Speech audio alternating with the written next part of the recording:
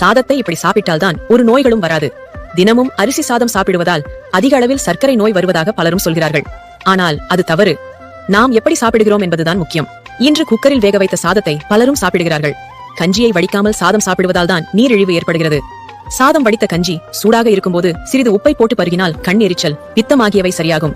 ஆனால் கஞ்சியை ஆறிப்போய் குடித்தால் வாயுவை ஏற்படுத்தும். சாதம் உலையில் கொதிக்கும் போதே கஞ்சியை எடுத்து பருகினால் நீர்க்கடுப்பை நீக்கும். கொதிக்க கொதிக்க சாதத்தை சாப்பிடக்கூடாது. சாதத்தை மிதமான சூட்டிலேயே சாப்பிட வேண்டும். ஆனால் சாதத்தை சில்லென்று ஆறிப்போய் சாப்பிட்டால் கீழ்வாதம், மூட்டுவாதத்தை ஏற்படுத்தும். பழைய சோற்றை சாப்பிடுவது உடலுக்கு குளிர்ச்சி, வலிமை தருவதுடன் வயிற்றுக் கோளாறு, அல்சர், மூட்டு வலி, தோல் நோய்கள் ஆகியவை பாதிக்காமல் பாதுகாக்கிறது. பழைய சோற்றில் தயிர் ஊற்றி சாப்பிடக்கூடாது. மோரை கடைந்து ஊற்றி சாப்பிட வேண்டும்.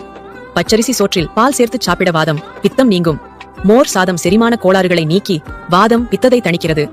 வாழை இலையில் சாப்பிடுவதால் அதிலுள்ள துவர்ப்பு சத்து உடலில் சேர்ந்து நன்மை செய்கிறது.